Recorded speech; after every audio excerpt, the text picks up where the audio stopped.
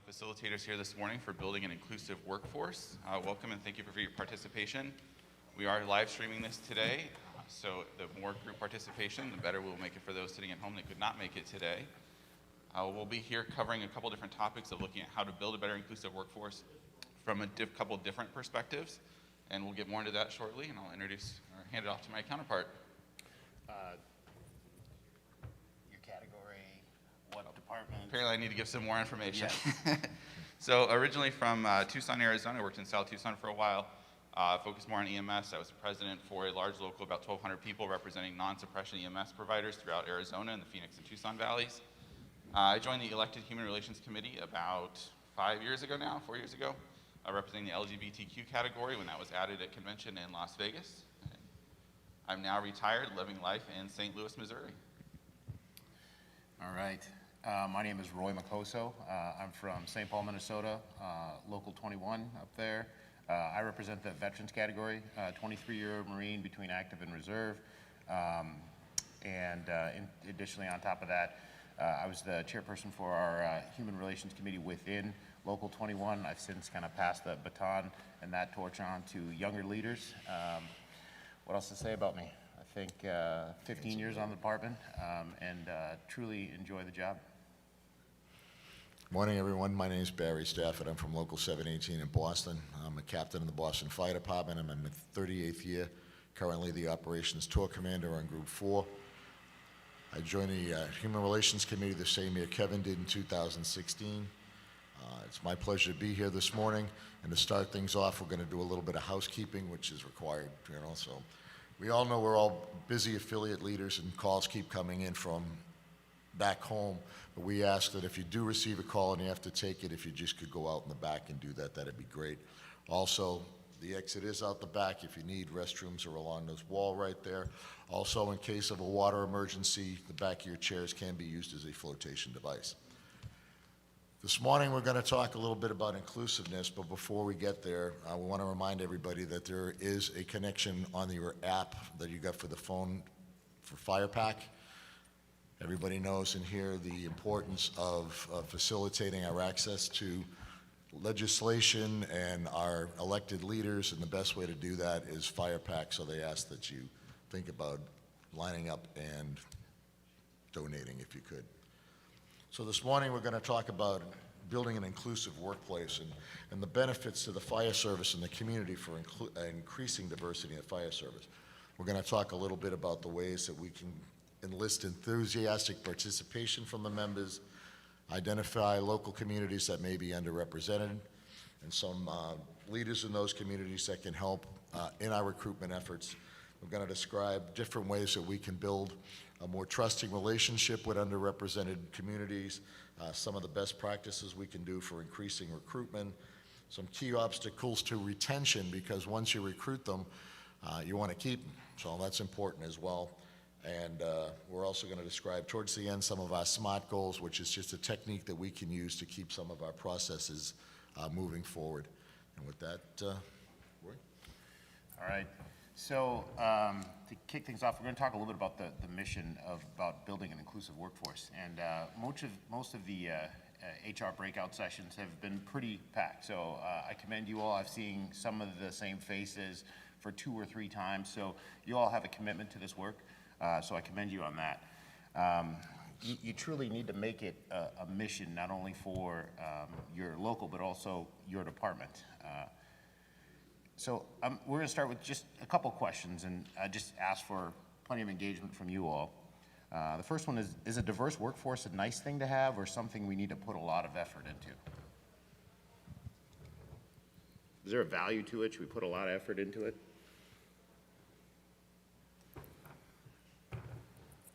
Anyone want to elaborate on the value? I can bring you a microphone, or I can repeat it out if you don't want to be on a microphone.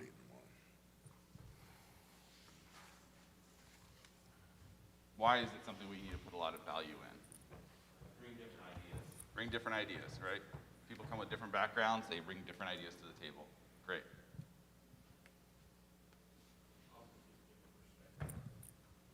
Okay.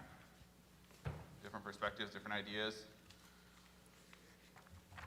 Does it give you the opportunity to learn other things too, right? You can assimilate those ideas in, help improve yourself as a human being.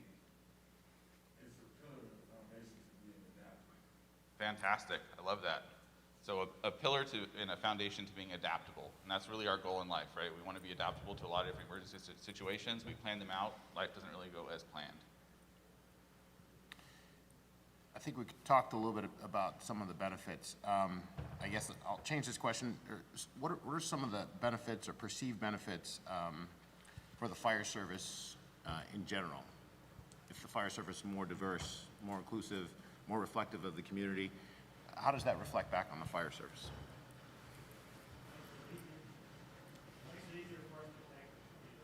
Absolutely. Makes it easier to connect with the community. That's good. I saw another hand over there.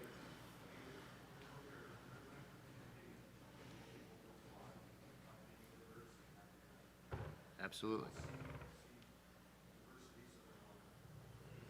Yeah, if we have firefighters that are reflective of the community, that right there helps with our recruitment because, you know, those young individuals that can now see themselves doing a career that they didn't potentially picture before, so, yeah. Awesome. Moving on a little bit here, taking kind of what comes up a lot in some of these HR work groups is the union doesn't do the hiring, right? We all promote having an inclusive and diverse workforce. We try to push people to have a lot of different engagement with the community to get that recruitment effort in the door to have that diverse workforce. But if we are not actually doing the hiring, how do we better influence that? What are some tactics we can use just in general, and how do we affect that hiring process? Get out there in the community as a union. We can do our own union sponsored events, and make sure you're going out into areas that are culturally diverse, and just letting them know of our presence. Awesome. Fantastic. Anyone else want to add to that? With a good labor management relationship, you should be able to have some voice in the hiring process. Absolutely. So it's all about relationships, right? You want a seat at the table. You want to help influence what decisions get made, how hiring practices unfold, how recruitment practices, job marketing. Maybe it's a union doing its own event, but maybe it's, hey, can we do this together and be really good partners? And that all starts with a relationship. Absolutely.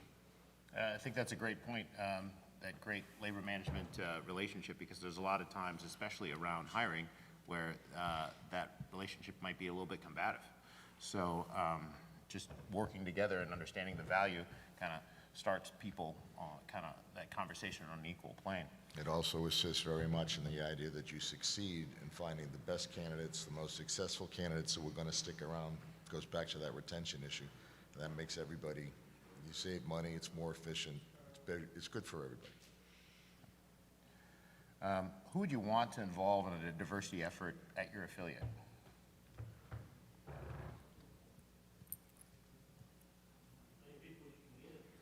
Okay. Does sometimes the right people matter, though?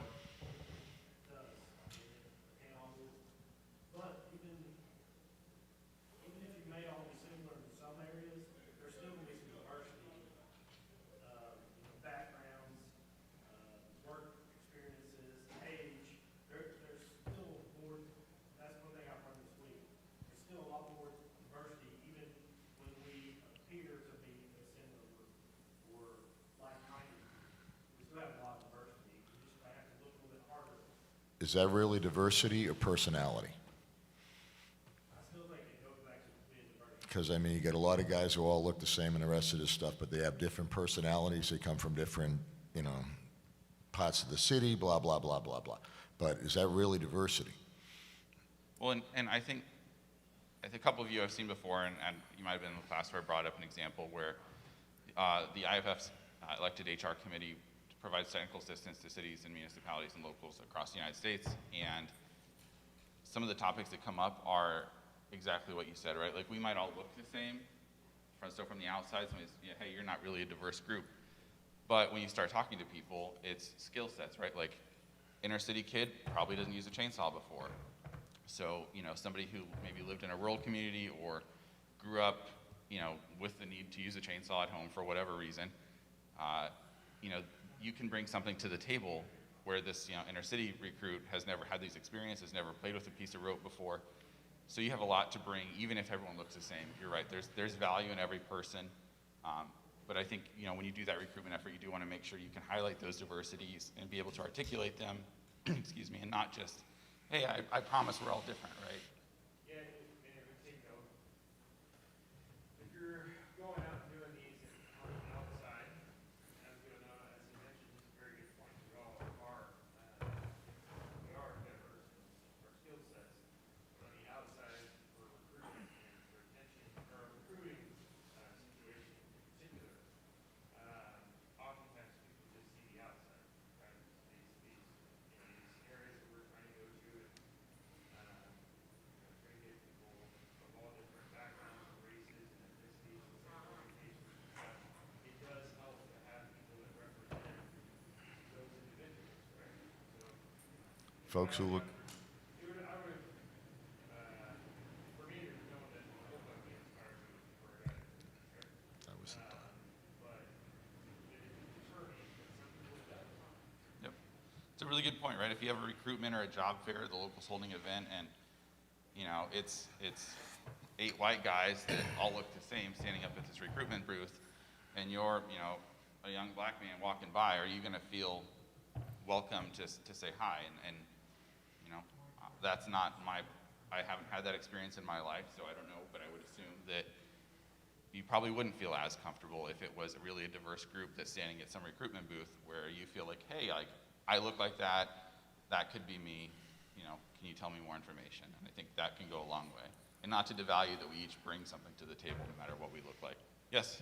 I hear both points, and I think there's both sides. I think it's a subtle line of, I don't necessarily, I mean, it helps to have somebody that looks like me, but I think it's the honest admission that if I want to catch a fish, or I want to catch a shark, and I want to catch a minnow, I'm fishing, but I gotta use 2 different baits. Absolutely. So I think it's not so much about we all have inherent differences. It's more of we're being honest and true what we're trying to accomplish. You have to admit there's different ways and different strokes for different folks.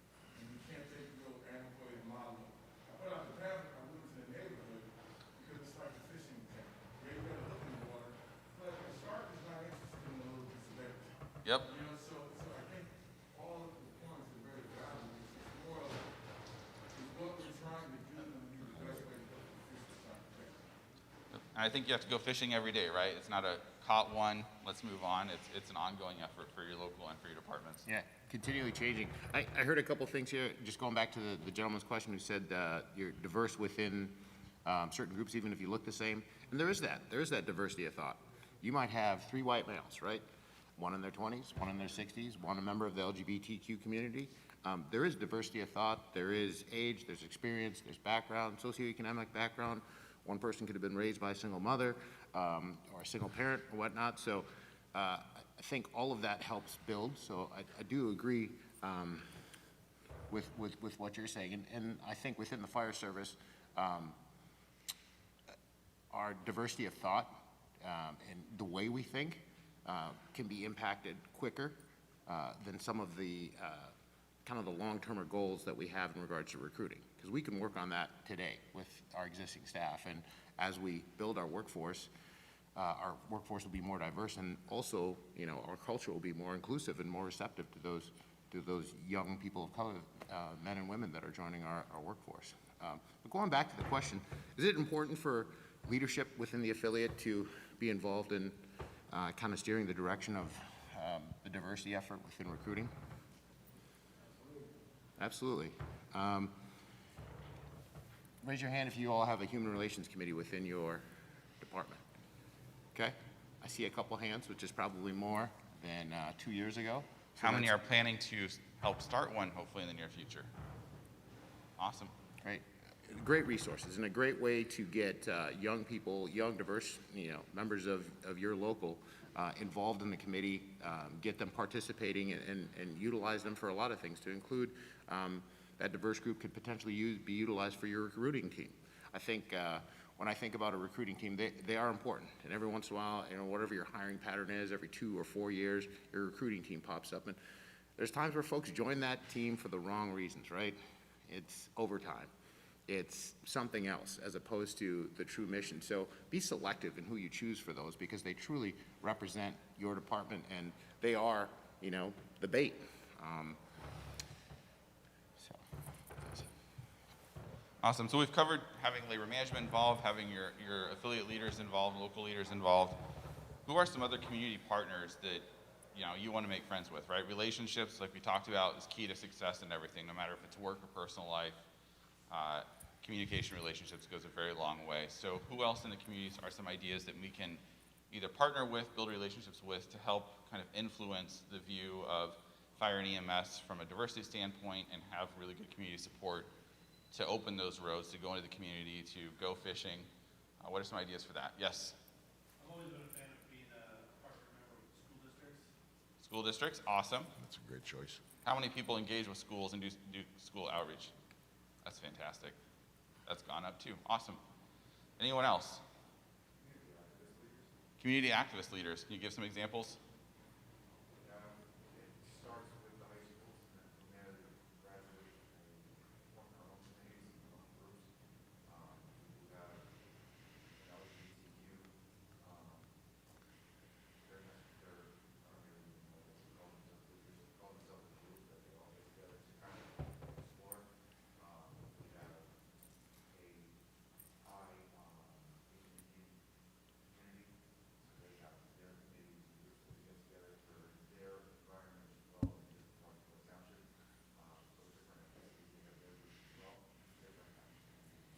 Awesome. So affinity groups of kind of collective of cultures, of religions, of sexuality, whatever the case may be, and finding those affinity groups and partnering with them. Awesome. We tend to go with city council members.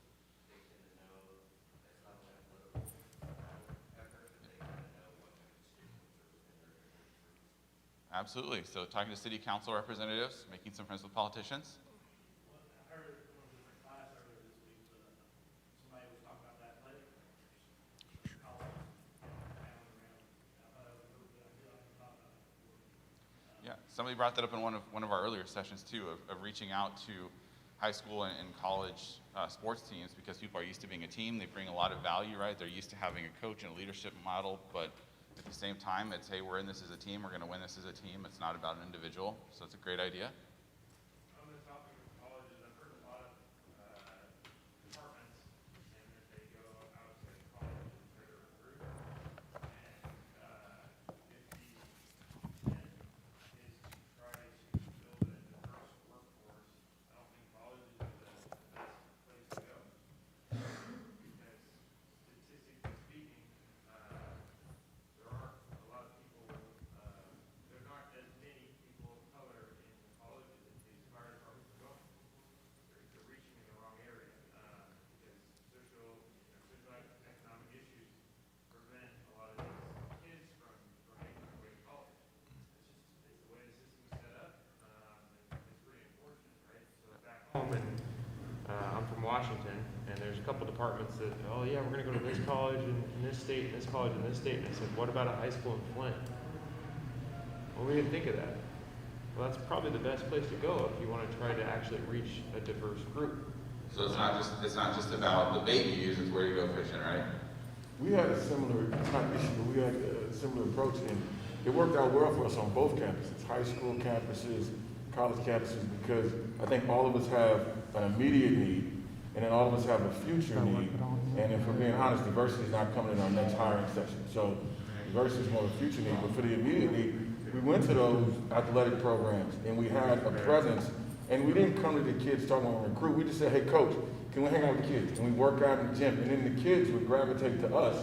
What do you do? What's your lifestyle like? And all of a sudden, they turned into advocates for us and wanted more information simply by us hanging out, because a lot of those kids who are on scholarships come from those socioeconomic areas, weren't ever introduced to the fire service.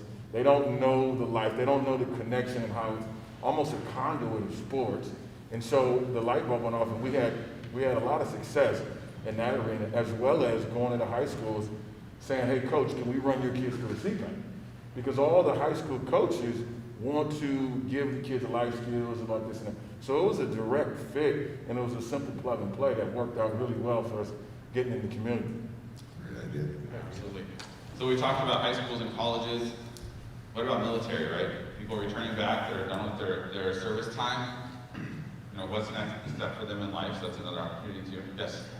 When you're talking about colleges too, it's not just, you're not thinking of Ohio State or you have trade schools, you have two-year colleges, you have programs built to help students who really don't know where they want to go as a senior to figure it out, and reaching out to those areas could be beneficial because it gives a little more guidance as to, okay, we have to think about what's not. So talking about schools is not just, you know, Harvard and Yale and University of Arizona. It's community college, vocational tech schools. Well, you'll probably have more luck at a tech school or vocational school because, yeah, I know you're in the middle of your 4-year program for that degree you were interested in after high school, but what do you think about the fire service? Yep. And how are you going to deter somebody from the goal they're already on? Absolutely. Yeah, there's a couple in our facilitator guide. You guys hit everything in the facilitator guide, so you're rock stars. There's a couple that I think would be good. Community leaders, I think we kind of touched on it, but getting the involvement of community leaders and getting their input and getting kind of them to endorse or push or, you know, try to get some of, you know, they influence parents, right? And parents influence kids. So we're approaching this from all different levels. The media is another one. If you can get a good media story and you can get that out, that is free. That doesn't come out of any recruitment budget or anything like that. You work with whomever's writing a story for the channel, you give them an exclusive, and you give them, you know, 2 weeks, little spots of your academy, and you highlight the fact that, you know, your current academy is XYZ diverse, and that helps with recruiting. So that is another kind of low-hanging fruit, easy one. And if you pitch a story, I can tell you this, cops do a really good job. Police department's got like 4 PIOs, and they're constantly, you know, I don't want to say this negatively, they're constantly giving their folks awards. And so they're on TV, they're getting great press, and they do a good job of recruiting as well. We have in St. Paul, they have a police liaison officer program. And we try to poach those young folks that they have kind of in that pipeline and bring them over to Flex. So every once in a while, we're successful there. The last one I'd say is utilize, you know, you want to involve your members that, you know, speak second languages. Again, if we're trying to reach out to those different communities, having somebody that not only looks like that, but also speaks their language, or can provide assistance with, you know, some things through this hiring process, which is nothing like any other hiring process, right? Kind of help communicate some of those things a little bit better, so. Another great aspect too is a lot of communities center on the churches. You can reach out to the churches and church groups, get the message out to that, different religions, different areas. A great resource just to have it mentioned at a service in the morning or a church group gathering. It's a great aspect. Awesome. We good on this page? Yes. Fantastic. All right, so we've kind of covered some tactics, some strategies, and who we would make relationships with, become friends with, whether it's politicians, other affinity group leaders, other locals, maybe learning from each other, working with media, and really figuring out how to build those relationships and leverage them to get your message across and make sure that people know that a career in the fire service and EMS is one that they can join in on. They're welcome. We're here for you. We'd love to have you. You know, we're looking for the best. It doesn't matter who you are. But in getting there, we have to do a little bit of research, right? So what are some things we would want to research so that we can, you know, to quote the gentleman back here, choose the right bait or know the right location? Where are we going to go looking to help improve our diversity? But to do that, we need to know some stuff, right? So what are some examples of things you might want to research to help you make better decisions?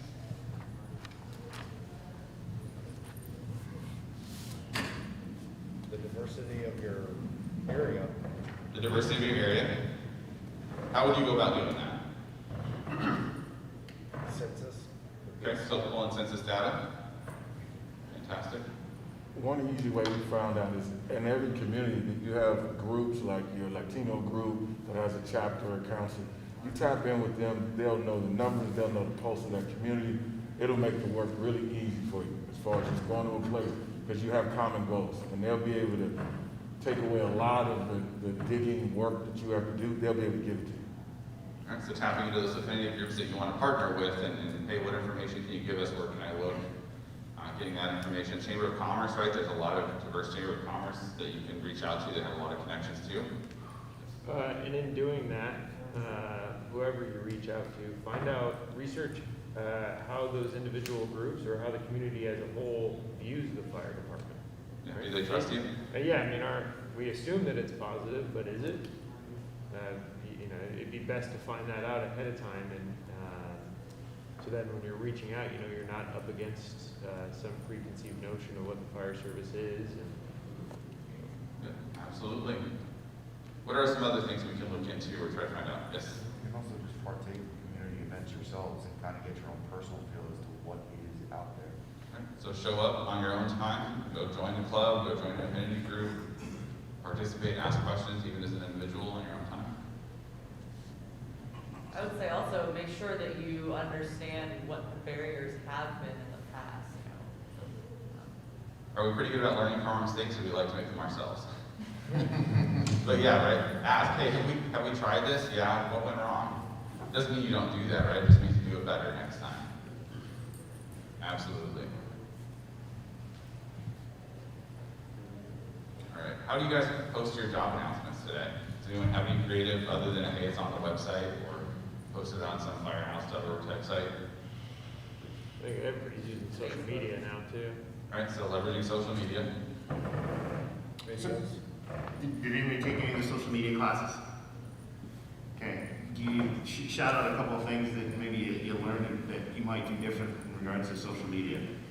If you're recruiting young members of the community, you're not going to be using Facebook. You need to tap into your young members on your fire department and have them hit the Instagrams, the Twitters, and say something that maybe people of our age don't play with that often. If you have a Gen Xer or a baby boomer doing a Facebook post, they might have a nice picture and like 3 paragraphs worth of stuff, right? One of the things that I've kind of taken away is that Twitter character count, that's the attention span. So if you're putting something out there, make sure you're kind of sticking to that, whatever, 234 characters, whatever it is that Twitter has, because that's the attention span of some of the youth, especially as it relates to social media. I think, who did the video? Evansville, Indiana, did this fabulous video. It was short to the point. It was less than 30 seconds. And it showed a closet door. And the door opened. A member in turnout gear, one after another, one after another, one after another. And just 10 seconds, 5, 6 people come through the door. And they focus on these people. They take their helmet off, they take their SCBA off, and everybody was diverse. And all they said was, I'm the Evansville Fire Department. I'm the Evansville Fire Department. I'm the Evansville Fire Department. But they saw female, white guy, Spanish guy. It was great. It took less than 30 seconds. So if you didn't attend the social media one, through the app, you'll be able to access any of the PowerPoints. Make sure you just kind of download that and take a look at that one. There's some great insight in there. One I can give you guys very powerful that we did, we talked about different languages. We did something similar with our people, and at the end of it, we had every different dialect and language in our department, up to sign language, at the end of the video say, join Metro 5. And the whole premise of that is the heart connection when people are at a movie theater eating their popcorn, they're not caring. Then all of a sudden you're hearing your native language. Oh, that's my fire department. It automatically made an instant heart connection. They look up, they see it, they go, wow, that's me. And that was just one of the hugest things we could have done, because it all of a sudden made our diversity look tenfold, and it made them feel like, wow, they're speaking my language, the connection. So that was huge, and the use of technology goes a lot farther than we can go. So we got more bang for our buck by spending that initial money, because it could be there. It could be places we couldn't be. It could be doing it. The flip side to that was we had to create a portal that once all that energy and all that attention came in, we could facilitate it. So it was a two-step process. Once we put it out there, it's almost like the country saying, the store saying grand opening, and you show up and it's locked. So we had to have a back-end portal to that once it was out there, but that worked well for us. It's a great idea. And I can just imagine, you're in native language, you clearly stop, right? Like, wait a minute, I gotta pay attention to this. And then you go tell all your family, your friends, and now we use a word of mouth campaign.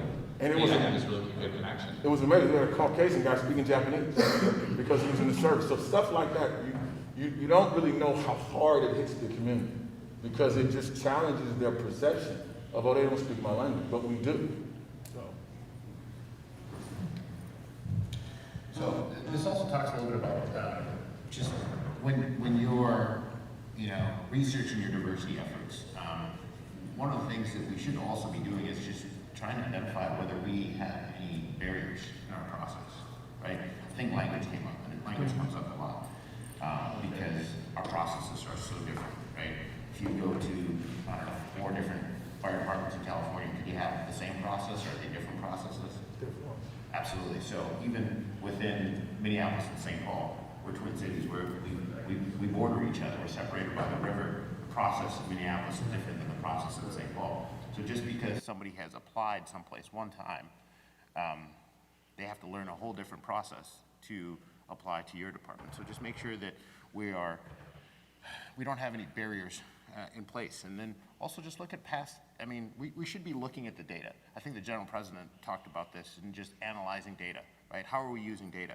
How many applicants did we have in 2010, 2015, 2020, right? What do our applicants look like? Do we have diverse candidates within that applicant pool? Are our female applicants growing? Are our, people of color applicants growing, right? And if those numbers are growing or growing, maybe they're getting smaller, we need to understand why, right? Because again, it all goes back to trying to get, the best candidate in the door, and it starts with the application. I think barriers also come in different ways too, right? It's not just learning the process, it's what are those steps of that process? Do you require credit checks and background checks, not criminal type background checks, but like financial worthiness? What is the impact of that on certain members of the community that maybe are young and haven't developed that, or who maybe have been out of the workforce for a while, so they don't have the best credit score? That doesn't take away their value as a team member or potential team member. Are there things we can do to better understand, and instead of just having some type of cut score on things like that for the barrier, can we better interpret, hey, you've made some bad decisions, doesn't mean you're going to continue to make them, and how do you evaluate those? Drug screens, right? Clearly important in certain scenarios. That gets more challenging as more and more states start legalizing more and more things, whether it's adding THC gummy bears in 12 or 13 states now, and being able to recreationally use marijuana. How does that impact drug testing? Are people scared that they can't come to work? And how to work, and there's a bunch of different answers to that, but how do you work through those barriers to figure out which ones should be there, which ones can we figure out how to better implement, and which ones are just old school, and we need to realize that this doesn't help us make a decision on who's going to be a good member of our team. We talked a lot of things from, when you look at census data for a large city, I think even you have to dig a little bit deeper within that data, because within every city you have affluent areas and you have areas of concentrated poverty. You have areas where there's a high immigrant population, you have areas where there's high population density, right? Just like looking at data within the fire service, right? If we have, a lot of, food on the stoves in different public housing buildings, maybe we start a campaign around, a cooking trailer, or get prevention education there, or get flyers up on the board, right? We need to utilize this data that we collect and use it to the best of our ability. So once you gather information, what should we be doing with it other than just saying, hey, we have this info? Well, what are some ways we can utilize this information that we've now gathered? Maybe we can identify some of the shortcomings in the process. Where are people failing? Some people are great at taking tests. Some people are great at physical tasks. Maybe if you look at the aspects from that point, be able to mentor candidates, strengthen their weaknesses, make them a better overall candidate. Those are great things to look at. Data will provide that for you, and you'll see that everyone does great till they get to this point in the process. Or maybe it's time you need to modify that point in the process.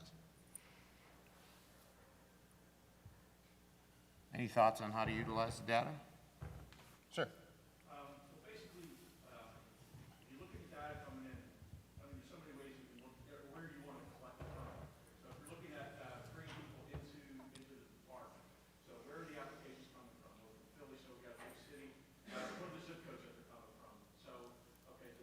by just geographic areas where you're more successful getting applicants or where you're not. So that's one aspect you can do. And then, of course, education level and everything else. So there's so much you can do to concentrate your recruitment efforts in those areas. So, and then once you get on board, you look at promotional things. Where are, who's mostly applying for promotional exams? And is it by race or is it not? But if you have this data, you can look at it and say, well, how come we have so many African Americans, so many, why isn't it more? Why isn't everybody taking the test? And so once you have that data, you can see where your weaknesses are, and then direct your efforts towards that. You almost have to go out and sell the department now. It seems a little silly. Yeah. One thing we're working on now, the mayor has a diversity, equity, inclusion, and I'm actually the point guy for the department, based on my obvious diverse qualities. But it's great because we have a great committee on for the team, and these are the things we're looking at. And actually, what's Friday we have another meeting, but it's a great thing, and we're looking at that both internally and externally in the fire department to see not only what we're doing, what we're putting out, but also what we're doing inside too. Sure, but like older guys like me on the job find it sometimes incredulous. It's like, well, wait a minute, when I was getting on the job, thousands of people applied. And now, recruitment efforts, the numbers are dwindling. Like I said, you have to go out and sell the job. And to some people, that's like, what, sell this job? This is the best job in the world. I'm just curious, how many departments are currently understaffed? All right. Shall we move on to team activity? No, I thought I saw another hand there about just analyzing and using data. I love what you said because what you said involved past the application process, past the onboarding process, but also looking at the next step, right? We might have a pretty diverse department, right? Because now all of a sudden we have a bunch of people of color and women that have now been onboarded onto our department, but then they're all in the firefighter ranks, right? And all our leadership looks different than them, right? And are they moving through the process? Anyone here have an idea, just NFPA numbers, I think, or US labor numbers as far as professional firefighters that are female, what the percentage is? Yeah, right around 4%. So just knowing what the national average is, right? Where do you all stack up against that, right? Our department is 7%. And we're very aware of that. So just continue to look at our existing numbers and understand what we need to do to, are we getting better? Are we getting worse in comparison to the rest of the nation? How are we doing?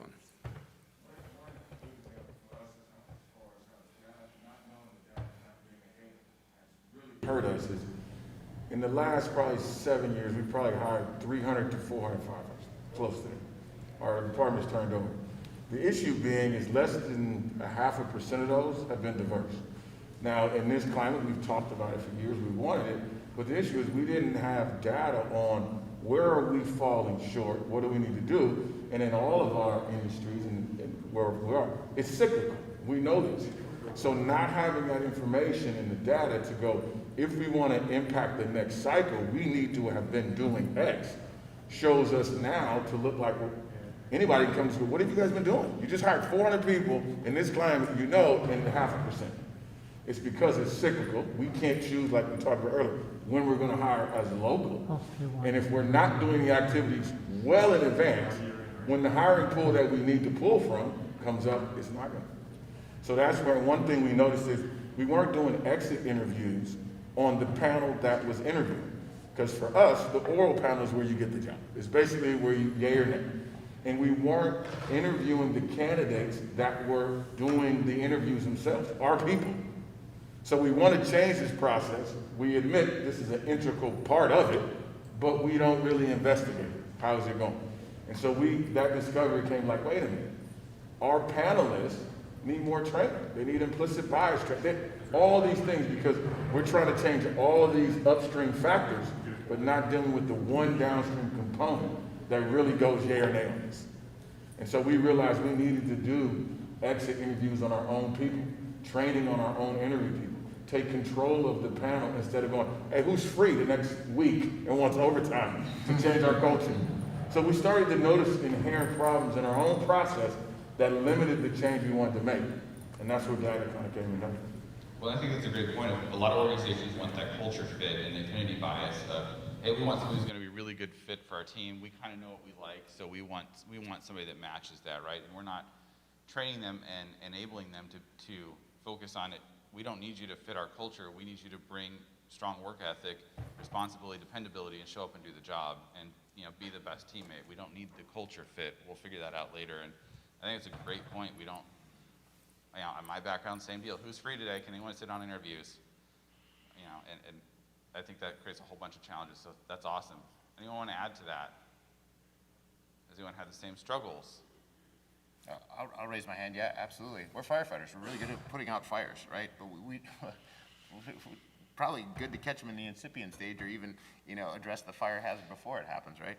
It's amazing to me sometimes, just the process, right? We know when classes came on. Big classes came on. We know when they're roughly going to retire, but every year it's like, oh man, we're short. We had the first female firefighters on our department came on as a result of a consent decree, and sure enough, our female firefighter numbers were pretty high. Until guess what? They all hit 25 years and they retired. So then all of a sudden, our numbers went low again. So we constantly need to be focused on the data and just analyzing it and being prepared for what's going to come, exactly as you said. So, which we didn't have to do in the past, right? When we've been looking at like our hiring data process, we're struggling with the city. They keep wanting to change the way we're hiring folks to try to make a more diverse group. And if you look at the data is not the testing, or doesn't look like the testing process would people out, because the end result is similar to who's showing up for the test. So our problem is we're not getting a diverse enough group to even show up to take the test. It's not that we're weeding candidates out, but it's hard to get our city to see it that way. They feel like we can just change the testing process and we'll get the results we want, instead of we need a diverse group to start the process. It's a good idea. So you want to partner with your city, come up with some ideas of what's a better way to reach out to these underrepresented communities. Instead of just saying, well, anyone can pick up the paper and see the application. Well, that's not going to cut it anymore. You need to get out there, like you said, identify members that are already on the job that are part of that community. Say, well, what drew you to the fire department?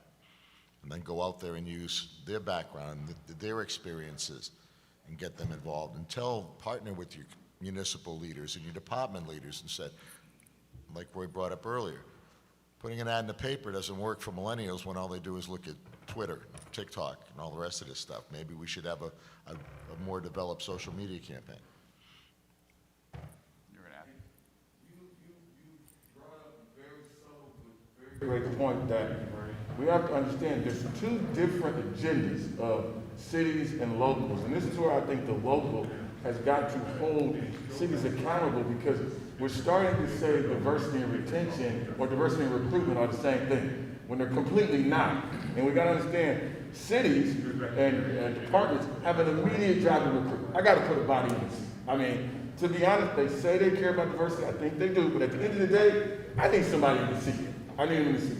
And this is where the local has got to make diversity a value instead of a priority, because the priorities of cities change. COVID hit, we just need people at work. I don't care. You got a pulse, you got a heart, you're going to do the job. I mean, so we have to hold them accountable, because it's a slippery slope when you start saying diversity and recruitment are the same thing. Because then you really, when you talk about SMART goals, it's very hard to measure that. And then at the end of the day, they'll come and say, well, what happened? I thought we were doing diversity. Well, you understand, the cities, at the end of the day, they need somebody in that seat. So the locals, in my opinion, have got to take a stronger stance on diversity is going to be a value. It's not going to be a priority that changes as cyclicals happen. Because you'll mix the two up, and you'll have cities saying, well, we just need people in the seat, man. Well, how do we get them hired? And so we have to be very, very clear, because you convolute those terms, and then city leaders will think we're doing one thing that we're not doing. Remember when you were a kid, they used to talk about the 3 R's, reading, writing, arithmetic. Got to do the same thing here. You got to do research, recruitment, and retention. Those are the 3 R's. That's what you have to identify in the community. What's the best way I can do that? You're exactly right when they're sitting there going, they count numbers. I need 300 firefighters. So you get 300 firefighters, but then they're complaining about the diversity of the 300 firefighters. Well, You didn't give me enough resources to go out and change it the way you wanted it. You just told me to get 300 firefighters. I know, I went through a similar struggle where we used to joke that it was the mirror test. If you can fog it up, you're good to go. Because we just need people where, overtime's killing us, everyone's making a ton of money. We just need people, right? And then you lose, not only a diversity focus, but you lose, are we actually getting somebody who's gonna be good at the job? I mean, they can't lift 30 pounds, what are we doing? And it becomes a struggle, and that, our running joke was it's the mirror test. You fogged it up, you come on and we're good. And then we gotta get rid of these guys, they're not doing their job, they're not showing up, and you have a whole different set of problems. So it's hiring the right people. Yeah, so great point, and it's a great opportunity for us to segue into a breakout session. For a diversity recruitment and retention effort to succeed, 3 groups have to work together on the mission. And they are the affiliate leadership group and their membership, the fire service management, and the jurisdiction management or human resources. So we're gonna break you up into 3 groups. I'm gonna have this group over here on the right. There's about 5 of you, 6 of you. We'll have you all be the affiliate leadership. If you're following along in the book, you're gonna just kind of answer the questions on page 9, and you're gonna really focus on what you as locals can do to support that diversity recruitment effort, right? This group over here, I'll just do the first 3 tables, and we'll have you all be fire service management, your fire admin, right? Put your fire admin hat on and kind of change from the local hat, and then address those same questions, but from the administrative standpoint. And then from where the camera is, that 4th table back, we'll have you be the 3rd group, and you guys will be, you all will be the jurisdiction management and human resources. So all these 3 parts have a role, and it's best if these 3 parts work together, but just kind of put your human resources hat on, take off your local hat, put on your fire admin hat, as opposed to the local hat, and then over here, just kind of expand on what you think the locals' involvement can be. And we'll give you about 10 minutes. It's 8:55 now. We'll be back at 9:05. Actually, let's extend this to about 15 minutes. We'll come back at 9:10. If you need to use the restroom real quick, we'll utilize this as a breakout session / a little bit of a break. And just a couple ideas to get you started and things to think about, so you don't have to spend time coming up with a couple ideas. Just some examples of things that your group might discuss, how recruiting happens, what hours of the day, when do you do it, and how that can affect who you actually get to make contact with. Some hiring procedure issues, hiring standards, so what are those barriers and requirements, and how do those affect new hires, and whether positive or negatively, and who actually manages the hiring. We've talked about not training already, and kind of just who's available today, and is that a successful pathway. And really, how do you get kind of neighbors and friends to help you as well? So there's some kind of just thoughts to get you started, and we'll reconvene shortly. Use that bathroom, given the opportunity. 9:10. I'll give you about a 2-minute warning. 2-minute warning.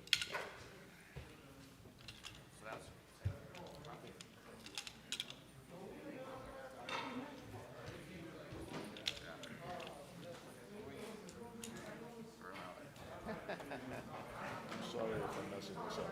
Oh, no, you're good. Amazing. And it's, goes back to the KISS principle, keep it simple, stupid. Research, recruitment, retention.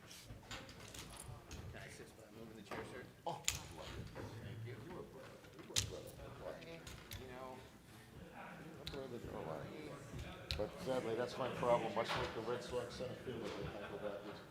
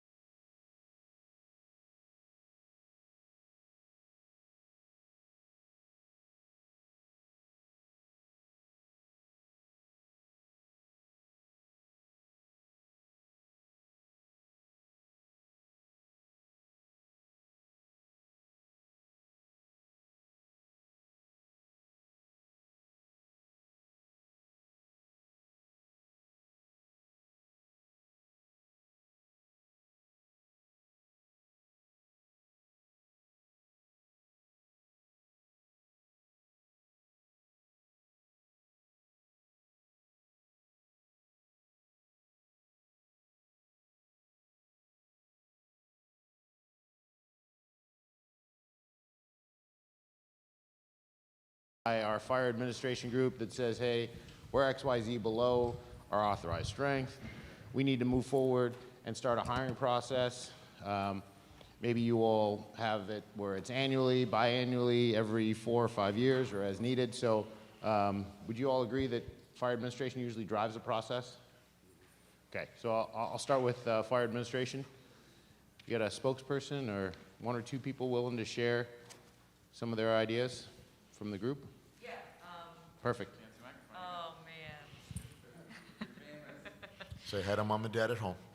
All right, so we're the fire service management team, and looking at issues and motivations that we have in common, like obviously we need people to fill the job. We want good people, and we want diversity. Our motivations for that might be a little bit different, but we do want to see diverse candidates. And then as far as differing priorities, you know, budget is going to be really important for us. We're going to have a lot of questions about how much will it cost to do these recruitment and retention programs. We may also be a little bit more interested in maybe responding to political pressure to make the department look a certain way, or to answer for past inequities in the department. And we're going to prioritize filling those positions quickly as needed, regardless of whether or not effort has been made to diversify. And then we have a lot of questions about a diversity recruitment and retention program. Like, how much manpower do we need to set aside for this? How much is that going to cost? Who gets selected to do that kind of work? And how is it going to play out within the affiliate? You know, how will that sort of program be perceived by the community? How do we make sure that the messaging is consistent and not create issues with, you know, unequal distribution of overtime pay or other resources within the department? And is it going to take longer to hire good people as a result of trying to do this work? And then also, like, as a result of this program, does the department management have to relinquish at least some of their authority to make hiring decisions, or allow the affiliate to sit in on those boards and be part of it? Sure. I guess I'd go back to some of your questions. What was your first question again that you had? How much manpower is it going to take? Sure, and that what is it a will cost. great question, and I'm sure resources and budget and all those stuff will come up probably in all 3 groups, but who sets the budget? Yeah, you all in regards to that. So in that thought process, if administrations are mindful and you build a budget and you say, hey, this is what this budget is for, especially if you get, you know, support of the elected officials and saying, hey, we are working on diversifying our fire department, we need to reach out, we need to, you know, try new methods, we need to advertise, we need a budget around recruitment, especially looking for diverse candidates, because what we've just done before, you know, we're going to need to double that budget. We're going to need to triple that budget because it's our applicant data from the past 4 recruitment cycles isn't working. So you all, you know, as the fire administration, need to make that case to build the budget. And then as far as who does the recruiting, is that driven by the affiliate, HR, or admin? Who would you say in regards to that? I think we would probably HR and the affiliate, I think, would be maybe participating equally in that decision. But who chooses who attends these? Who makes the selection? Who says, hey, these 4 firefighters are going to go to man this booth. These 4 firefighters are going to go participate in the Cinco de Mayo parade with a reserve rig and get paid overtime. Who makes those decisions?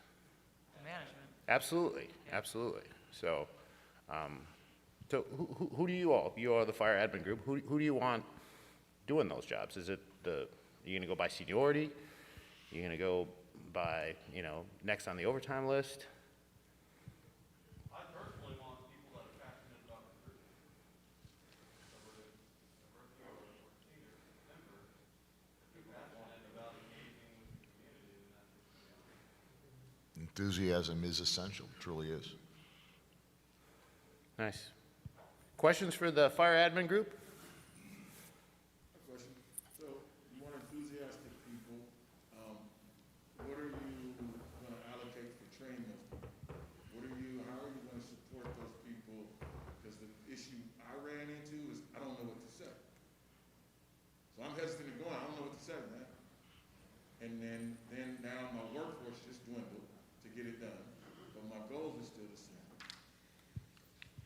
So those are legitimate things I ran into. The way we dealt with it, I said, look, you don't have to worry about what to say, because their complaint was the information is always changing. 1 week we're hiring EMTs, the next week you have this standard, 1 week we're using CalJack, I can't keep up. So I said, how about this? You just go out and tell your story, what you love, how you got in, and how it benefits your family, and the lifestyle change. Just do that. The reason why is each firefighter has a different story, different connect, different contact. Do that. I'll take care of everything else in regards to that. They said, I can do that. That's great. That's easy. We got 2 hands in the back. I'm next up for overtime. Yeah, I mean, that's yeah. what we're doing again. Yeah. We ran into that too, and so the administration, I said, hey, I need overtime for these people. And I had to go to my people and say, listen, I can't give you 24 hours. And this was on my personal relationship with them. I had to say, look, trust me on this. You're committed to this. What I will promise you from admin, whatever training you need to be more effective, I'll get it for you. And I'll pay you from porter to porter. That's all I could do. Because their issue was pay. I don't want to lose a 24-hour shift. But nowadays, with everybody getting mandatory and COVID, they're like, I don't want to work a 24-hour shift. I want to be able to go home. So that helped us. The next thing is the department going to support me when I stumble in the training I get? Those are my 2 biggest obstacles with passionate people and enthusiastic people. And once I took those off the table, people were less resistant. Then another way we helped out was just do it for me one time. I had a group of people diverse. I didn't need one time. Give me one video. Come and do one time. The reason why, that video lasts a lifetime. Exactly. And so I tried to figure out how I was going to do more with less, because we're not going to get a budget. We're not going to get the money we need. So I had to figure out how can I be creative and do things once that last a long time. And those were some of the obstacles, because you'll get people. I want to do it, but you'll have to fight cultural resistance. Oh, well, last time we did this way. The department doesn't really want it. They didn't support it. The pay, the training. So I had to deal with all those. Remember too, communication is vital, right? You have to get your members on board. You have to talk to them about what's the mission. Remember, everything is the mission, is critical. So when you have guys saying, well, I'm up on overtime, say, yeah, absolutely, you're up on overtime, but we don't want to send 4 guys in that spare rig to the Chinese New Year parade. We're trying to recruit Asian firefighters. So talk to them. Got a comment in the back? Yeah, so I was at a career day at a local high school, and I was just there myself because my daughter went to the school, so they sent anything out to the parents. So I went out, recruiting for the fire department, and our recruitment team was there too. So I got up and I did, this is what it's like to be a firefighter. And I, hit up with, the pride, the integrity, the challenge and all that. And I had a great fire story for him and everything. And I thought it was pretty good. Now, the recruitment team gets up and they said, this is what the starting salary is. These are what the benefits are. But we weren't working together. That's their lead off. And I was a little disappointed with that because, hey, join us because you're going to get paid, not join us because it's a challenging job. So I thought they were off mark, and I'm going to try and work with them a little bit with that so that, yeah, that's part of it, but don't lead with that. The story is not in the money. The story is in the job. And it was a little disappointing that they did that, but, that's part of and that's our official recruitment team from the department. Those slides are probably 10 years ago. That's how you No, caught no the slides. fish. Oh, they're new slides? That may have worked in the past. That worked in the past, right? So why don't we just keep throwing that back out there? So. But I hate to think of people joining this job for money. Hey, But this is great, put their conversely, feet like- up with a remote. Yeah, and yeah, it was disappointing that that's where they're going Yeah, to but- recruit people for this job, We and- also, my department will put out very minimal advertising material when we're recruiting, and it'll just have the first year's starting salary, which is, very little. And if you don't understand how the step raises work and what the structure of the pay is in the department, and you don't have somebody to explain that to you, you don't know to go look at the contract, you're gonna look at that and be like, I can't walk away from what I'm doing now, to make Ours 45,000. was actually a little higher, so it might be attractive to some people without any education, any, higher education. But again, if they're looking for an easy, hey, let me get this paycheck, that's not, I don't want anybody on this job looking for a paycheck. We dealt with the same thing, and we came to figure out it was a cultural issue. And I'll use a personal example. When I was in high school, there was multiple teams in my area, but this one high school, every year they went to Delaware, Hawaii, they wore Nikes, they wore Cheerio boxes. It was all the fringe benefits of that program that attracted all the young players, and they didn't have to recruit because it was all the fringe things. And so what we came to understand is culturally, there is a segment of the generation that is into the bling, the blang. It doesn't mean that they don't want the values inherent to the job and the stuff, the priorities. It just means that's not the bait that attracts them to listen. Because keep in mind, we're not there giving out jobs. I'm there to create an open portal to where you receive the information. Because a lot of those people don't even know we only work 10 to 12 days a month. And so it wasn't a question of, am I doing an assessment on the listener as far as, do I agree with why they're attracted to the job? It was like, hey, young fella, I need you to open your ears. And if money is going to get you to listen to me for 20 minutes, I'm going to start whatever that is. If it's me playing a certain song and it gets you to listen. And that was one of the barriers we had to acknowledge when it came to who do we send? What do we say in certain communities? Because it wasn't, am I here to evaluate you? It was, can I get you just to listen? Sure. And we discussed that in our group. It wasn't about giving a job away. It was about giving information, opportunity, and access to every part of the community. And whatever that fruit bears, it bears. My job is done. It goes back to, again, remember, we're selling a job. It's almost like you need a marketing department, right? You go to these recruitment deals and you have a lot of people, the perception of the job. A lot of people sitting there going, wait a minute, I want my son and daughter to be the doctor, the lawyer, the Bitcoin, and, entrepreneur. I don't want firefighters. That's manual labor. I don't want them doing manual labor. My kid's better than that. You got to go out and sell them what's great about this job. Yeah, sometimes, like you said, it might be money. Sometimes it might be a schedule. Talk about the brotherhood. Talk about the camaraderie. Talk about what you give back to your community. Those things, I know it sounds crazy sometimes, particularly to us older guys. I'm going to sell the job, but you're competing with the kid who wants to go to work for Amazon, the kid who wants to go work for Raytheon, trying to get their attention, just like you said. How do I get their attention for 5 minutes so I can market what we do for a living? Great point. So we've got, I'll come back to you. I'm going to try to get us on to our next group.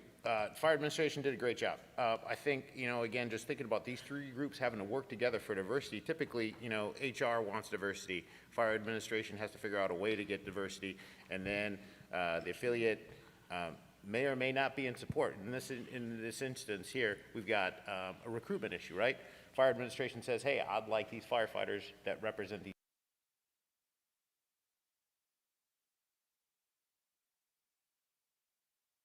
Historically, that overtime goes to our most senior members. Historically, the next person on, right? So that's kind of the past practice, right? But if our administration says these things, the affiliate could, work together and say, hey, that's a great idea. We have a human relations team, right?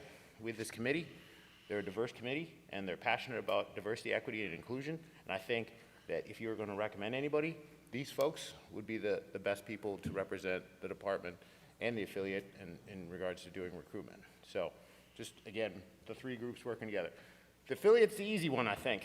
So let's start with, let's go bounce back to human resources back there. Jurisdiction management, human resources. Kind of walk us through some of the answers to the questions from that HR perspective. So from an HR perspective, we have one thing that they flash in the sky is a dollar sign, and that's a lot of fear of things that can come and cost the department through actions or non-actions. So dealing in HR, you have federal, state, local mandates and requirements that are going to affect the actions of the department, and they're looking at those a lot. So you got FLSA, you got FMLA, you got ADD, so American ADA. You might have ADD too, but that's another. MOUSC, I get you. What's my name again? But So these are the things HR is looking at. And you mentioned their effort is diversity. And it's kind of like if their mandate is, yes, we're doing diversity, yes, we are absolutely, we're going to follow the rules and guidelines according to that. But they also have to be mindful of getting sued for not following rules and mandates. So with HR, it's really keeping house for that. And that's what we kind of keyed on there, following the mandates, and so that we don't get sued. You got equal EEOC complaints that go through HR. You got hostile work environment, and all these things would follow under human relations as well.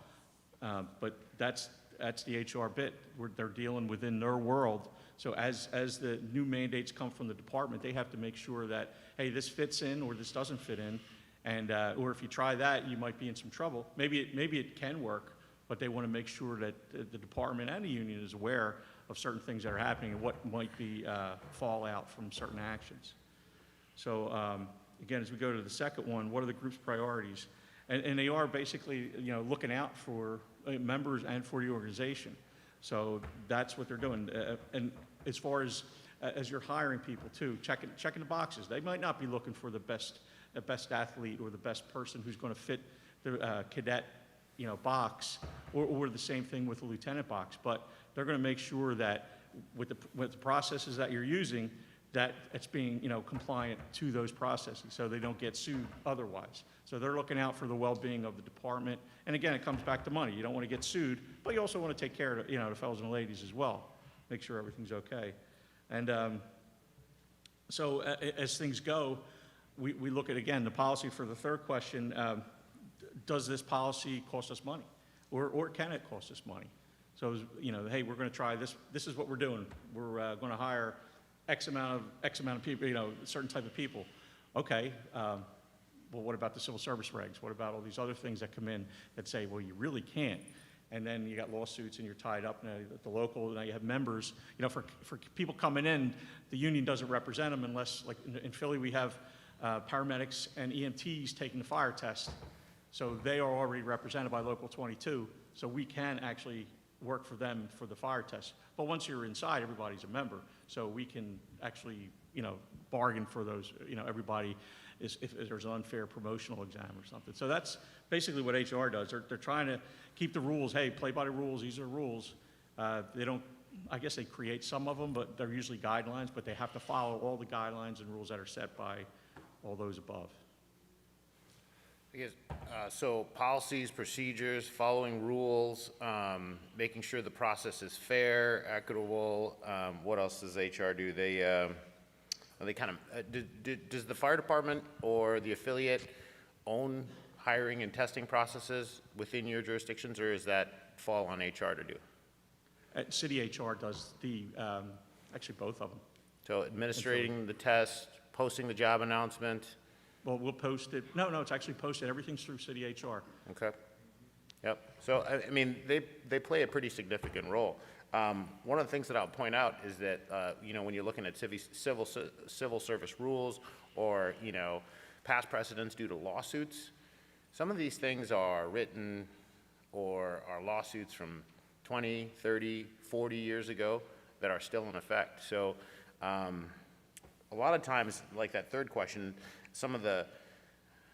they might bring an objection as it's, because the civil service rule says this, or a past legal, ruling, 45 years ago from 1968 says this, right? And some of those are pretty antiquated. If you have policies or procedures in place today within your, jurisdiction that need to be changed, they should be challenged. And I think HR is the best mechanism for that. Getting your, just identifying what that barrier is, working with the city attorney's office and working to kind of move past that barrier, so. And I think you brought up a really good point of what's the cost not to have diversity, right? And you referenced EEOC and lawsuits, and I think everyone gets hung up on, well, what's the budget to do this? This is gonna cost money, recruitment teams cost money, it's gonna be overtime, how do we pay for this? Who's gonna do it? Figuring that out also costs administration time, that costs more money. And at some point, there's a cost of not doing it, right? There's a cost of doing nothing. And that cost, just Google later today, fire department sued. And you'll come up with tons of diversity hits of sued for not having any African-American recruits, sued for no females in the fire service. And those, even for locals who have participated in helping keep the status quo of non-diversity, even some locals get hit with some of those fines and lawsuits, and they're enjoined on those cases. So there's a cost to everyone involved for not trying to be better. And at some point, that cost way outweighs any of the overtime debate or any of the what resources we have to allocate when you're looking at hundreds of thousands and million-dollar settlements from juries and awards from juries or settlements before it even gets that far. And that's a cost in and of itself. And yeah, it's hard, it's challenging, it's change, but you know, you can't do nothing, right? That's never the right answer, at least hardly ever the right answer. I think our HR group did a good job. Let's turn to our affiliate group. What's the third leg in this? How do we work together from the affiliate perspective to make sure that diversity is valued?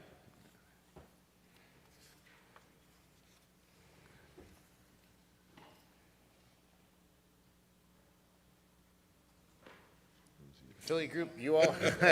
Rashawn, they're looking at you. I could tell, I was just waiting. Move the mic, move the There mic. you go. So, some of the issues for us were who, what, when, and how. The motivations we said were we all had in common diversity, retention, and recruitment. Obviously, the affiliate group wants to, you know, we want our membership to grow and we want to bring members in. So that's what we had in common with other groups. The issues were, like you said, how are they going to do it? Are members going to be disenfranchised in some regards to their overtime or opportunities? What member complaints may come up? What are some of the cultural aspects that our members might worry about? Morale in the membership? Is it going to create discord? How do we get ahead of a lot of those issues? And then obviously resources being limited, who are we going to assign from the union to deal with this? How are we going to deal with it? That brings up a great point. A lot of what we discussed today was eliminating barriers to diversity. And sometimes our own membership can be a barrier. So how do you avoid them becoming the barrier? How do you get them enthusiastic about this? How do you get them involved? You have to be transparent in the process. You have to tell them this is the goal we're looking for. You have to convince them that what we're doing is not lowering standards or trying to change things, but we're just trying to make an effort to draw the community into these things. Convince them that when they're out and about, everybody's a recruiter. When you're driving your rig and you're getting dinner and you're walking through the supermarket and somebody stops you and says, hey, you're a fireman? Yeah. Engage with them, talk to them a little bit. It's important, you know, but you're gonna get pushback. You're gonna get members who are sitting there going, well, we got nothing to do with hiring. State puts out a civil service exam, department hires them, we don't even care about them until they, you know, get out of the academy, right? So the process itself, the changes you need to keep your membership involved is to convince them that we're not changing the hiring process. We're not lowering the standards. We're increasing the envelope of candidates who are going to be successful firefighters. And that's what we're looking for what you just said, to build our affiliate, to become stronger, to face all those other issues we face on a daily basis. That did come up. We had two cultural issues that were, and I think they were both based in decrees and in the past practices that had happened, and employees felt jaded. You know, so that did come up.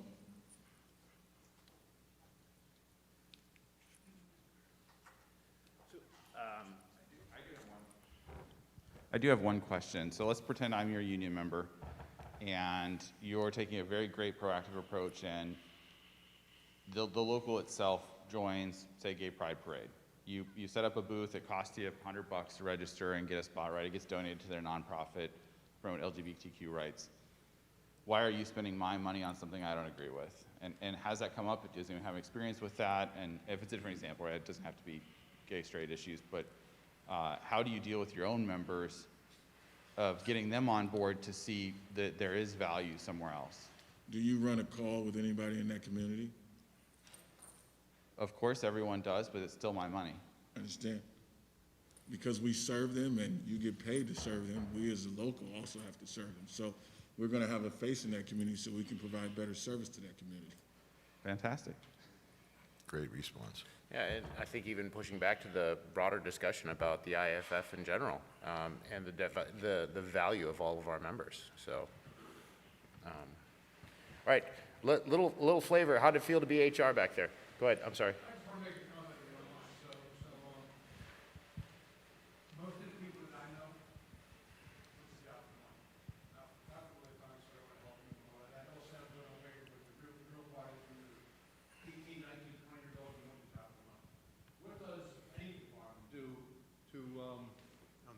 change. From Philly, you can hear him anyway. Like, how do you grow into the culture, the feel, the lifestyle of a firefighter? I mean, I know that when I took the job, it was for money. I don't know how many years it took before it was from my heart. How do we do that? And I agree with that guy over there hey, listen, man, you can buy some Nike sneakers if you take this job. 5 years into it, that guy ain't gonna feel the same way. How does human relations or anybody, other than the senior guys, show these newer people that it really is something that gets into your heart and your soul and fucking fireman, man. You know what I mean? Rather than, I'm making the money. Or I took this job to help people. I don't know how many people did that. Not anybody that I knew. I did. Don't give him that money. But the idea is, how do we,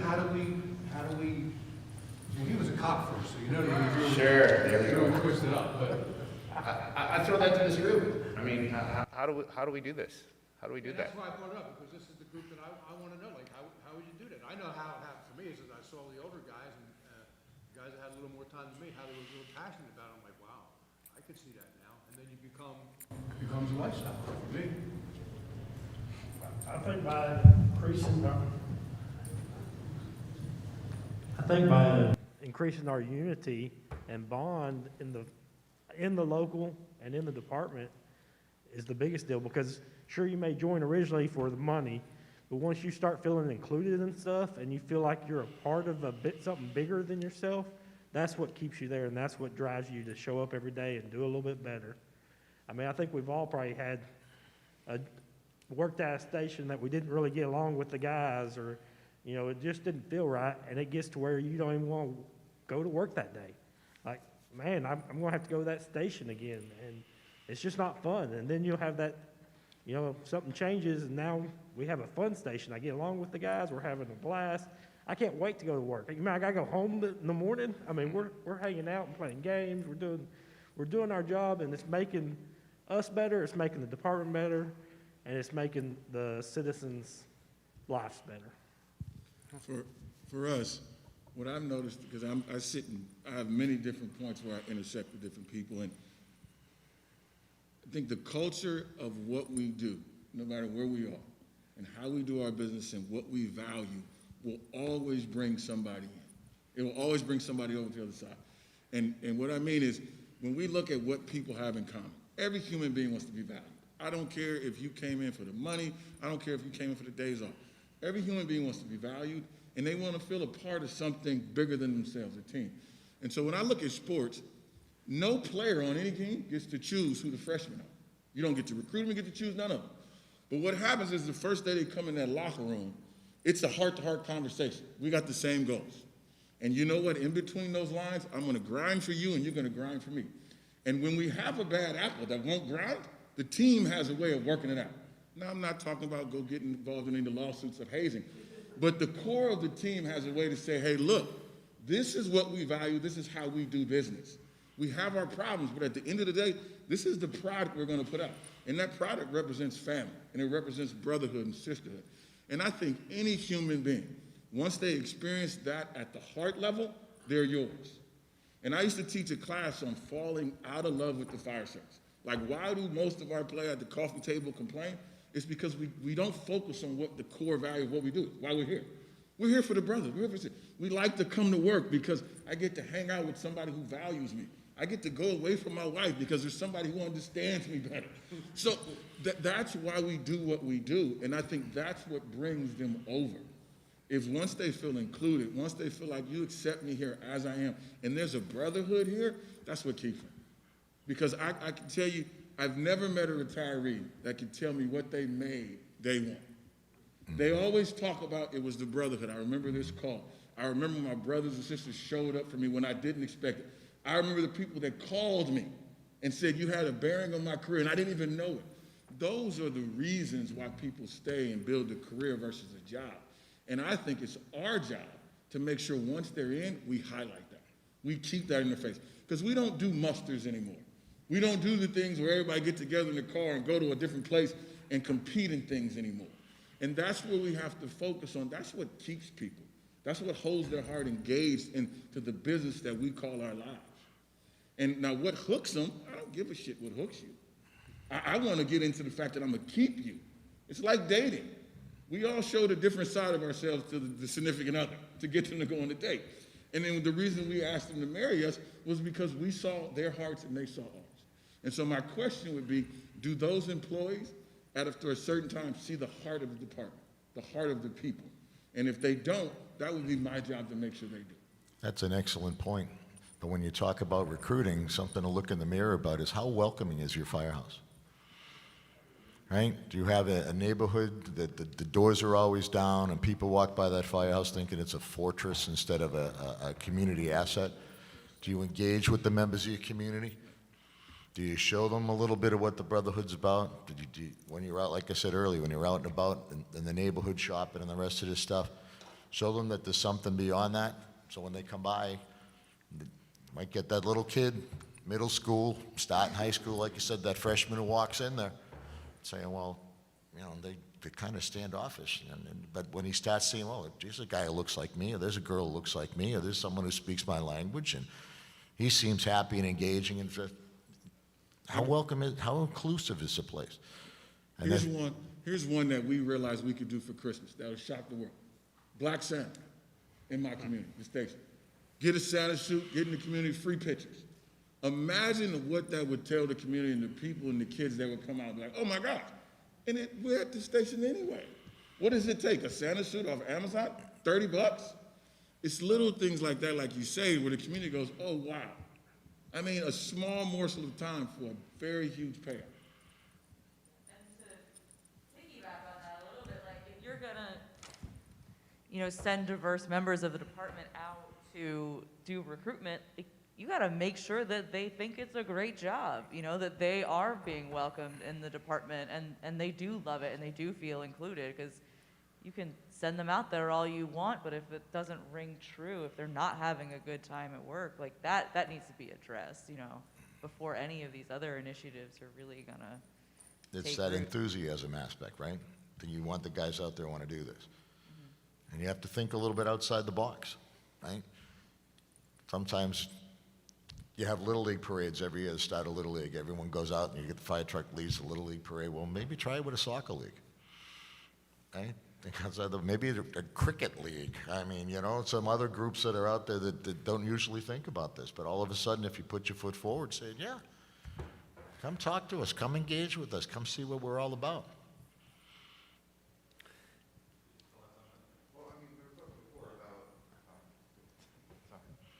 We were talking before about how we all, like my department, for example, we all kind of, not even kind of, for the most part, we all look the same.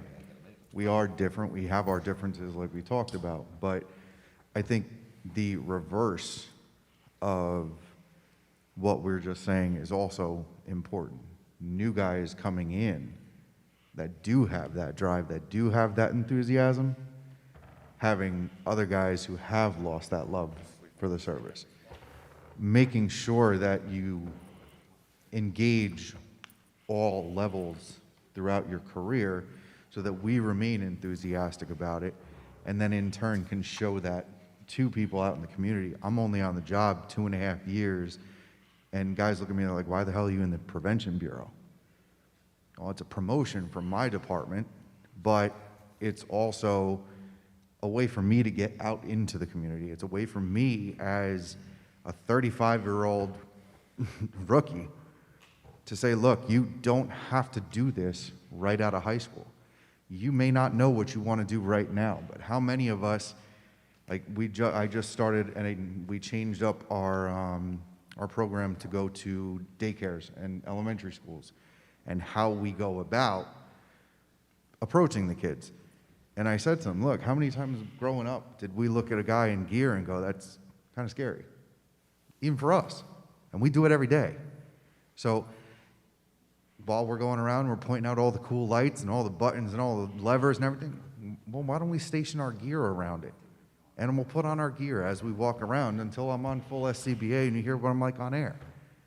You have to, they looked at me like I was crazy. Well, who the hell is going to do that? I will. I'm putting on gear. Are we going to a call? Or just look at it as a call. It's the same thing. So I think kind of remaining enthusiastic about change is difficult because we don't like it. But if we kind of team up and try and keep that enthusiasm, it'll bleed into the community as well. That's the old saying, right? What are the two things firefighters hate? Things that stay the same and change? Yeah, this is great question and great conversation as a result of it. I mean, this all falls under the human relations umbrella, right? Whether we're talking about applicants and recruiting, retaining employees, right? And honestly, making sure that the employees there are welcome and we have an inclusive, workforce or inclusive fire department that is welcoming of these new employees. So the full umbrella is really captured there. We're kind of a little bit behind schedule, but it's been good because we've had a ton of conversation. I'm going to talk a little bit about informing and engaging your membership. Some of the things that might be raised include, changes to hiring standards, effects on capabilities of new hires. And I think we hear these things quite frequently, at least I hear it. I guess when you're looking at communication from the, or an affiliate member comes to you and says, hey, these recruits aren't what they used to be, these new firefighters don't know how to pull hose, we've been, reducing the standards or lessening the standards, I don't know that they're as good as before. Well, what are you all gonna say?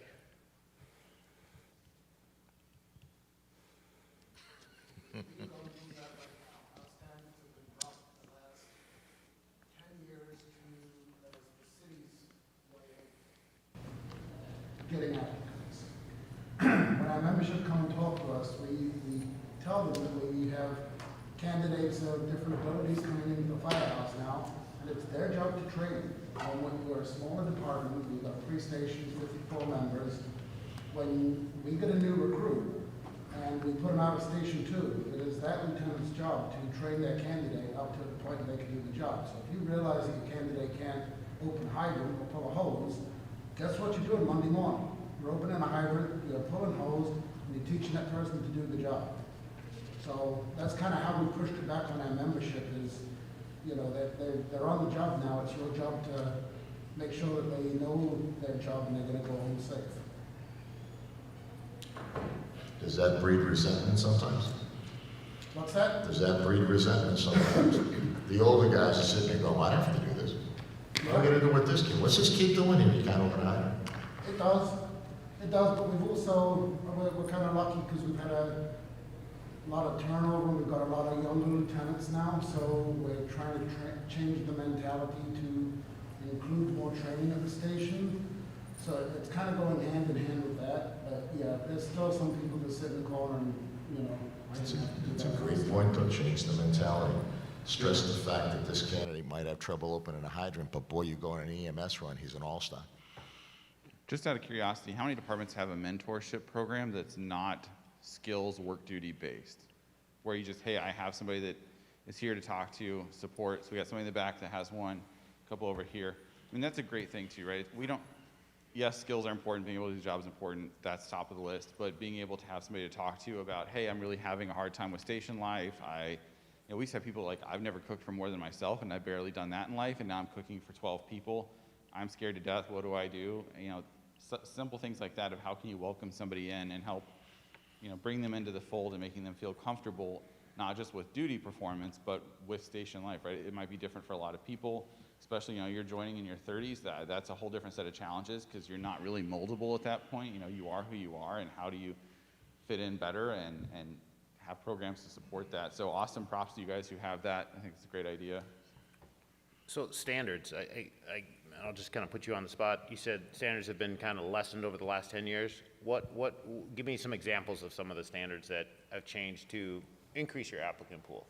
10 years ago, we applied paramedic, fire 1, fire 2, and associate degree, or 40 college credits towards an associate degree.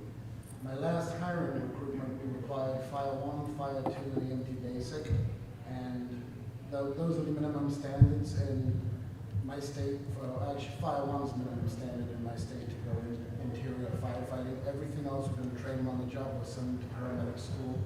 It has increased the candidate pool a bit, but not as much as I think the city council and the PFC would have liked to see. Any other changes to the standards out there that you all have seen over the last 10 years that your membership might, point to and complain about? Well, it's not necessarily a change in standard. What we've come into is what kind of similar to what you were saying. We've changed some of the requirements as far as what you need is to be an applicant. However, the standard stays the same, but what we've done is try to remove some of the barriers that we talked about earlier. So where in the past you already had to have at least your EMT basic in order to even be considered. Well, now we've kind of changed that to where now we're giving out conditional offers of employment, given that you completed, and that was the first step, and now we're going back to where the department actually offers it. So, true enough, we have guys that have 10 years or more on. It's like, well, I had to have all of that before I got hired, and I had to have volunteer time and things of that nature before I got hired. Why are we changing it for this new generation? But what we try to explain to them, and it's tedious going around making these rounds, but we try to be as transparent as possible and explain to the membership that although it's different, it's not substandard. What it is we're removing barriers from individuals that may come from the inner city who doesn't have an opportunity to work at a volunteer department to get any volunteer time. That's unfair to that candidate if he lives or he or she lives within the city with no access, as opposed to someone that comes from a rural town who has a volunteer department in their backyard. We're creating inequities when we have that as a minimum requirement. So same with EMT. I may come from an impoverished neighborhood and maybe my income is detrimental to my family. And taking away from that income to take an EMT class so that I might get hired is not, that eliminates candidacy, as opposed to if I say, well, here's the job will offer this opportunity once you're hired, or we'll give you a conditional offer of employment saying that once you go get it, we will definitely hire you, then that changes access, and that creates access for individuals that didn't normally have it. So the membership may see it as lowering standards, but we're not lowering standards, we're opening access, if that makes sense. I'll just follow up on that, because that's how we've been signing up for our membership. And we've actually been going into the schools and partnering with the technical colleges that seniors that are going through our city schools, we're a career department, so they don't have the opportunity for volunteerism. If they've got grades going into their junior year, they can take the college classes for EMT Basic and Fire 1 as seniors. So when they turn 18, they're hireable by us. So we are, I'm telling you the changes, but this is how we've kind of combated that, and we've kind of gone out to use it as a recruiting tool. What I was going to say was, to Ronald's point is, and these are the same individuals we have sitting on the panels, making the decision to hire or not. And this is why I say training is important, because we've all done it. We've sat there and go, instead of assessing this person on can they grow into being able to do the job, we assess them on, did they have to go through what I went through?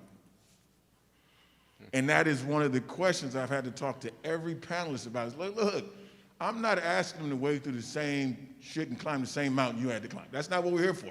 It's a personal, can they measure up? And they do it as soon as they come out on the academy. And it's one of those things go, no, I need to train people on how to select and look for things we need. Because to your point, one thing I always would say to them is like, look, do you have kids? Yeah, I have kids. Do you raise your kids the same way your parents raised you? Do you do the same tactics? No, I don't. You have the same goals, right? But the kid is different. Yeah, the kid is different. So these kids, so we have to try different approaches, because we always want to use this, can they measure up to me standard? Like, can they sit in the seat? If they can't do what I did, didn't go, they don't deserve it. That always hinders us when it comes to panels and other things. And it's that mindset we have to readjust and make sure that when we select people for them, they understand that bias. That's a great point. A lot of the things we talked about this morning was barriers, and how do we eliminate those barriers? And you just brought up a whole bunch of barriers. There's a barrier right there. Other barriers are like, you guys require a paramedic ticket. Okay, and that's been a new thing in the last 15, 20 years, paramedic ticket. Well, if you're from an underrepresented community, where do you get your paramedic ticket?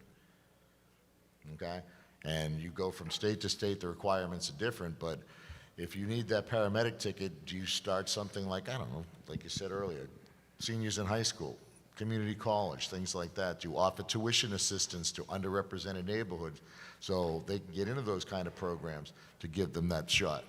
Do you look at the attitude of people on the panel and sit there and say, well, maybe we need to change some of the people on the panel? All things to think about. I think I touched on this in another one of the breakout sessions, but so like if your standards have remained the same, right? The standards have changed, right? And I think that the thought process is we're lessening standards or we're lowering the standards, but who's here been like a paramedic for 15, 20 years? How long did it take you to paramedic school? 15 months. 15 months? 18 months? Close. A year? How many? We got to win at the spot. 7 months, right? So 15, 20 years ago, EMT was, I think I took my EMT in like 10 weeks, like Wednesdays and Fridays, you know, school, so it was pretty simple, right? And now it's like 6, 9 months, $4,000, $5,000, has college credit associated to it. So the standard for getting your state EMT certification or national registry has changed. But our standard, you know, we just considered that still our standard, but the standard is changing and evolving, right? Same thing with paramedic. 7 months, now what is it? It's like a 2-year program, right? An associate's degree. So when we talk about we're not changing our standards and, you know, we're not moving this bar, but this bar over here continues to raise, right? The barrier is being created. So EMS academies or cadet programs or things like that are great opportunities to, and same thing with Fire 1 and Fire 2. You know, probably 10, 15 years ago, you get Fire 1, Fire 2, I don't know, in 6 months in part-time department on Wednesdays, you know, showing up for 4 hours. Now there's college credit associated to it. It's going to take you about a year.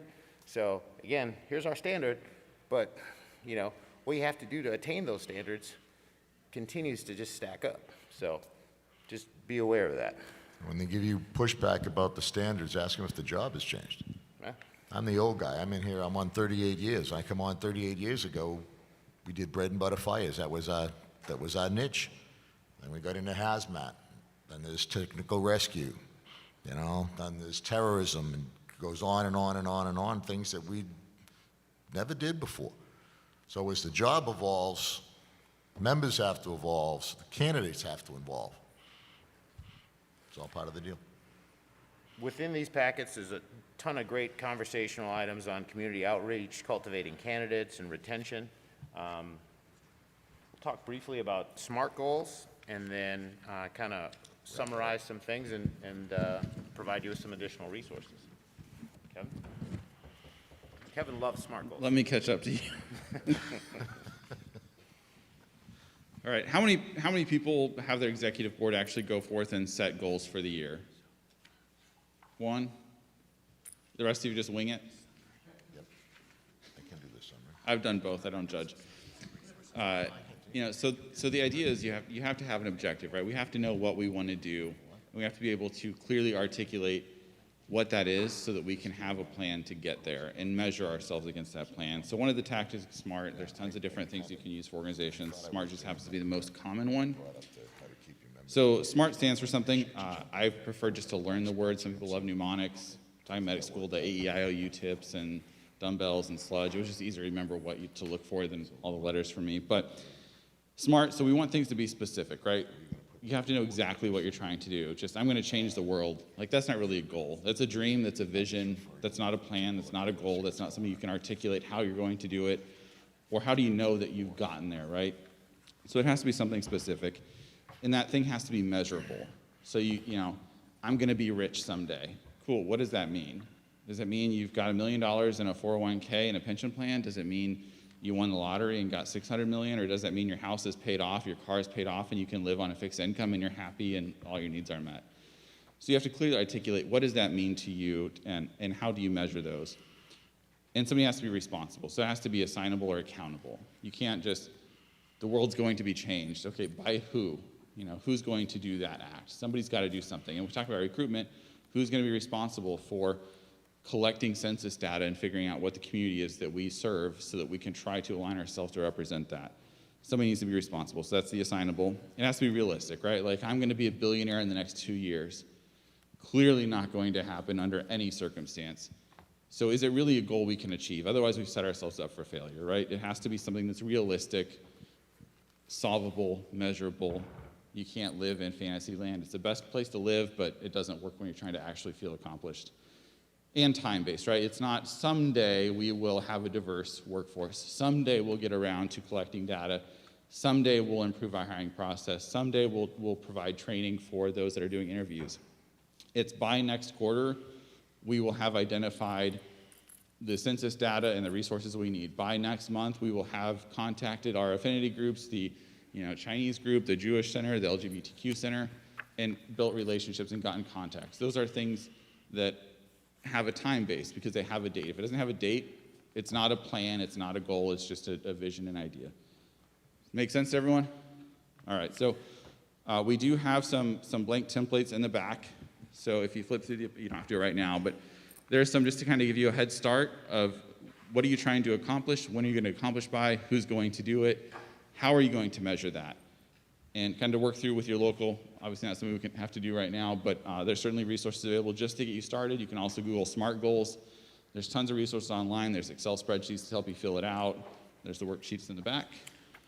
Yeah, probably 2/3 of this book is the appendix, and there are some great recruitment inclusion plans in there from LA Fire and Toronto. You've got applicant data, observations, and all kinds of great resources in here that you can use to help build yours. Additionally, the IFF, recruiting a diverse first responder toolkit. Within the toolkit, there's a ton of information, information about how to get started with links, material, making an admission. So building your program, and all of these have additional information, and there's just a lot of, there are a lot of resources within the IFF website, specifically on recruiting diverse first responder toolkit. I'll close out by just saying, hey, some of the work that you all are gonna do, you may not see the impact of during your time on the fire department, right? But what we can impact is the way our members, our firefighters, our folks treat each other today. So we can work today with the existing staff that we have on making sure that we're building an inclusive workforce, right? So that when our fire department does become more diverse, those new members are welcomed in, and we can move towards what the gentleman in the back was talking about, growing that passion for the service and really being a cohesive group as a family. I'd like to thank you all for coming out this morning at this god-awful early hour. Well, we really appreciate it, but we've had some great interaction between each other and discussing in many ways we could work towards building a successful, inclusive workforce program. Some of those we've discussed this morning include building and engaging a local human relations committee within your affiliate, within your department, how to maybe go around getting a diversity coalition within your jurisdiction, engaging with your fire administration and your city administration or your state administration, using research and data to analysis for your community and fire department, talk about demographics, how you can reach out to those underrepresented demographics which are important. Reaching out means effective community outreach. Identify those sources we discussed, the community, the churches, the schools, the sports programs, to engage with those people who have been engaged. Try to take those extra steps about mentoring people. Get them interested in the job, sell the job. What's the great thing about the job? When you find someone who's interested in the job, if they're having a problem in an area, help them out. If they're having trouble opening a hydrant, well, let's get them to the gym and get them on a training program. If they're having trouble passing some of the written courses, well, let's maybe have someone mentor them, and this is what you want to study at. Sadly, when you lose people, talk to them as they're going out the door, do some exit interviews and ask them, well, why are you leaving? What did we do wrong? And then try to get that mentoring program in place, and that way you will help retain those candidates that you've worked so hard to recruit and get them in the department. Because remember, it's research, recruitment, retainment, which is great. The last thing I want to mention before we send you on your merry way, the International does a course survey on your app, and they ask that everybody do an evaluation of the survey. If you enjoyed this class, that's Kevin, that's Roy, I'm Barry. If you didn't enjoy this class, that's Tom, that's Dick, that's Harry, and you can move on with that. With that, I thank you, and I wish you a happy day. And thank you all for giving us some leeway with changing the course format and participating with the streaming and the microphone. So we really appreciate it. It makes for a better experience for all of us here and all of us at home. So thank you all. We're around. We're all members of the elected Human Relations Committee. So if you need assistance for your local, we do come out and work with you as a more personalized approach. If your local, whether it's proactive or reactive, to help you get HR committees set up, just provide resources, help answer questions. That's our role. There's tons of information on IFF.org website for EHRC, and we're happy to be of any assistance. Just go through your DVP if you want actual boots on the ground. Otherwise, feel free to drop us a line or check out the website. Thank you. Thank you all.